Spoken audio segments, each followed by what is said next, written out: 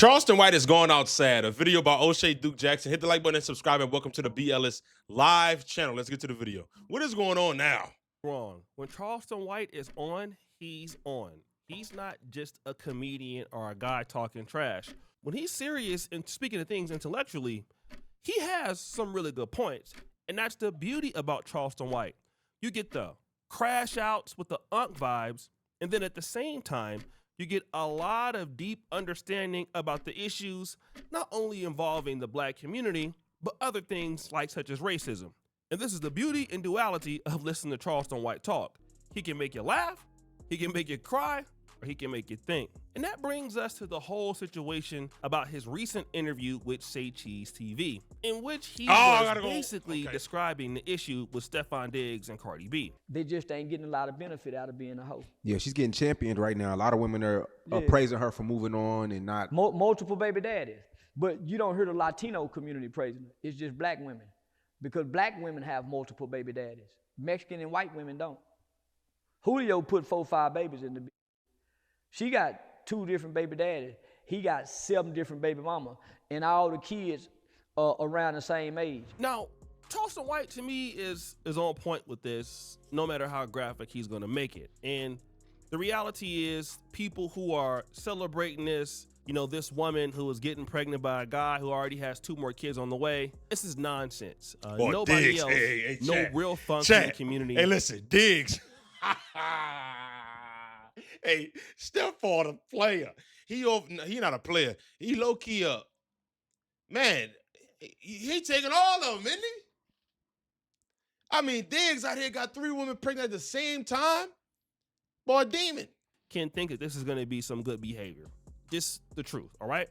And then the majority of the podcast, and not only was he holding the women accountable, he was also holding black men accountable.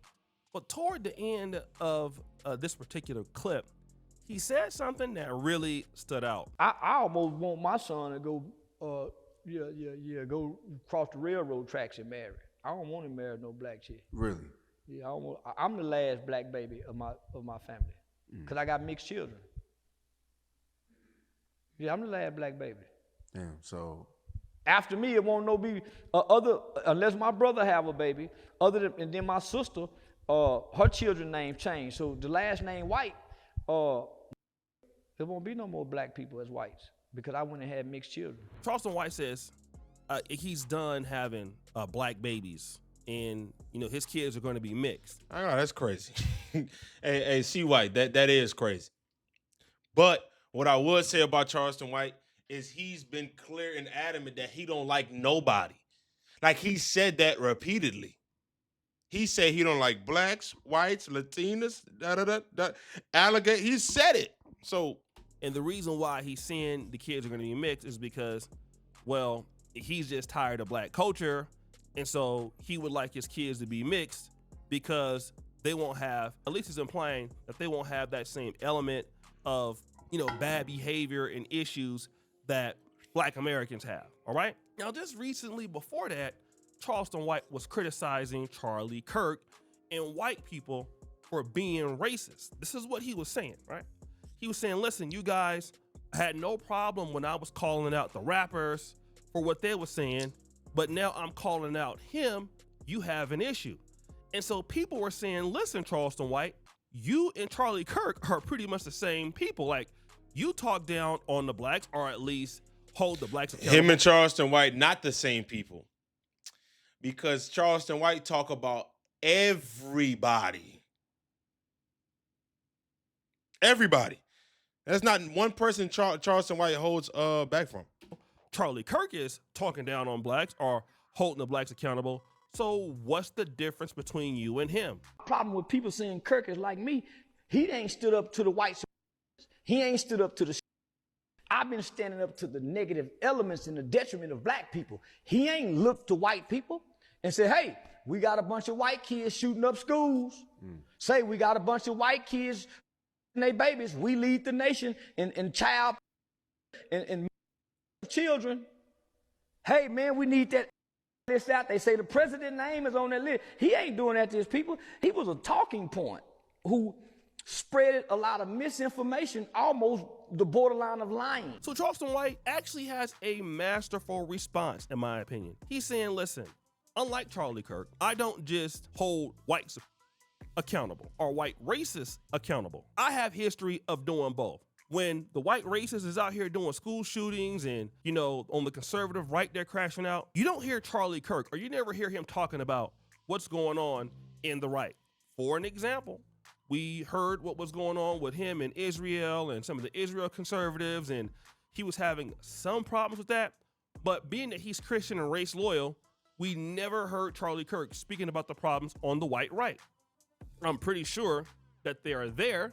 They're human, so they gotta have issues, but you never heard about those problems or those conflicts. On the other hand, Charleston White absolves himself by saying, I'm more willing to play fair. But then what's the problem with his argument? The problem with his argument is it doesn't matter that you play fair because you say yourself, I don't want my kids to be black anymore. I want my kids to be white. Now, it doesn't matter that Charleston White is being serious, if he's being playful, because somebody who doesn't know Charleston White, and if you were to listen to him right now, and this is your first time coming across him, well then what would you say? You would say, well, this person seems serious. This person is trying to give some level of a dialogue. And you're losing me right here, O'Shea. I'm not no funny. You're losing me right here. It doesn't matter if that's a first time watch. It's about whether or not Charleston gives up, and he doesn't. If Charleston White cared about what people thought, then he would be going outside, but he doesn't care. And he's already expressed his discomfort for the behavior of black people in America. So when he's talking about this, he has to be serious. And what happens is it reinforces somebody's point about black people. For an example, if Charlie Kirk fans, or Charlie Kirk himself, if he's alive, and he hears Charleston White say this, he would understand why a black person would say this. So it could, in his mind, or anybody else that has a biased opinion or prejudiced opinion about black people, to go out and repeat this. Now, here's the issue. As black people, when we go out and repeat this publicly, what we never expect is for white people to start repeating the same thing that we say publicly about each other. Are your expectations that high of Charleston White in terms of him defending black honor? Mine aren't. They're not. Now, obviously, they started these rhetorics before this nonsense and all of that. But now, once we go out there and say it, all they got a point is, well, the blacks are also saying the same thing. And then now we get upset about it. Here's the situation about white racists and then black people who are tired of the black community. You should never get mad that white people are doing your bidding after you basically allowed them to do it. Let me give you an example. Brandon Tatum, he's one of the guys that's built a very profitable career attacking black dysfunction. Now, it's not as profitable as it used to be because now so many other blacks are doing it. And it's more interesting to be in the geopolitical Palestine-Israel, wars and debates. But, Brandon Tatum has a white wife, okay? He's already made videos about why, as a black American, he started dating white women, what it did for his mentality when he went to school and all this. But now, once white people start taking his talking points and they start trying to make it mainstream or even build on top of it, he feels threatened. He may not want to say he is, but he's racist. The things that you're saying is actually racist. You can't couple it by saying black people do this. I'm afraid of black. When I see a black person, but then what about the black people you see that don't have saggy pants? Do you still believe that about them? He go on to talk about how he want to marry somebody that look like him. That like, he could see a black woman and like her, but he can't be with her because she's not white. That's racist. So this is Brandon Tatum talking about Nick Fuentes. So Brandon Tatum is saying, listen, Nick Fuentes is a racist. But why is he a racist? He's saying that he don't want to marry black people. So he's saying that if he loved a black woman, he would keep race loyal. So he has an issue with that. But now you want to pick and choose what are your battles. I don't think that's a big thing. You see, when you go out there and you talk about, and I don't think that's racist. I want to have mixed kids. You're not saying that there are some good black people out there that I want to deal with. What you're saying is all of them are bad, okay? And when Officer Brandon Tatum puts that narrative out there about black people being bad, well, no, see, he wants the whites to say, well, what about some of the good blacks out there that don't sag their pants? No, Officer Tatum. What you don't understand is, for a check, you just traded in all the black people, including yourself, with the rest of the hoodlums, okay? So when the whites start coming out with that same narrative that they don't want nothing to do with your ass, now you upset, you want to call out racism. But the real racism comes I see where you from going. people like us I see where you who going. go out there and say that, all right? I see where you going. Now, again, it's already been racism, but what I'm talking about, that prejudice, rather. When we go out there and we get on our microphones and we start to say those things publicly, white people are becoming more emboldened than ever, all right? Conservative, white supremacist talking points now is no longer underground. Nick Fuentes was just literally on the New York Times, November 9th, okay? You now have platforms like Rumble that will not take you down for free speech, and it's getting stronger by the day. More people are putting money on Rumble more by the day. Twitter is getting more money by the day, or X rather, okay? So this is something that is going on, and it's something that is strong. So now this stuff starts to bite black people in the butt, and then Charleston White want to be like, wait, hold on, wait. It's okay for me to say it about you, but you can't say it about us.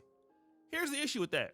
When you're at the lowest of the totem pole, and I'm talking about when it comes to ownership, when it comes to earnings, when it comes to your money circulating in your community, it's hard for you to punish somebody for talking down on you.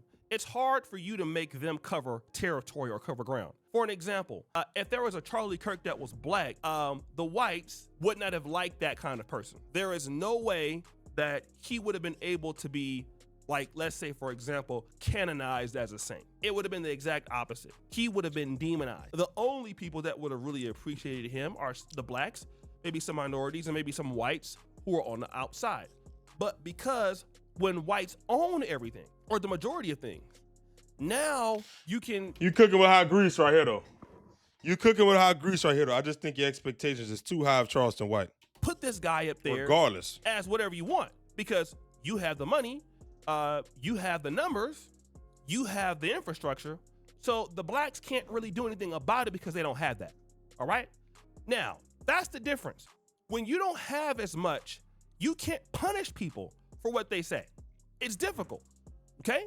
So that's why you got to be more careful when you say things like, I dislike blacks, or I don't want to date black men, or I don't want to date black women. Because it hurts you more to say that than it hurts the whites to say that.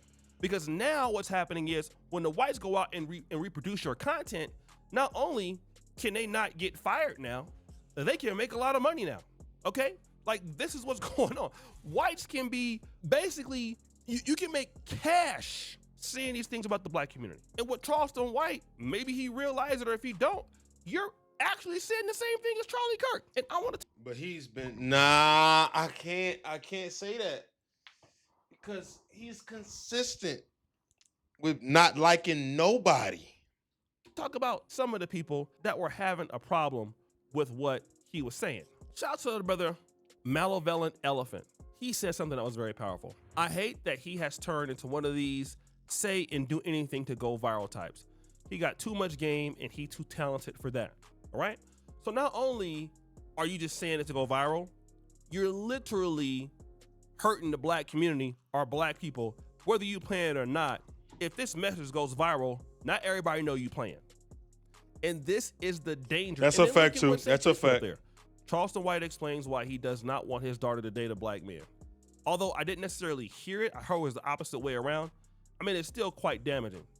So guys, what do you think? It's your boy Yoshi Jackson, back at it again with another episode of The Celebrity Junk, which is your fault. Interesting video, oh shit, man. Hit the like button, subscribe, bro. We'll see you guys in the next one.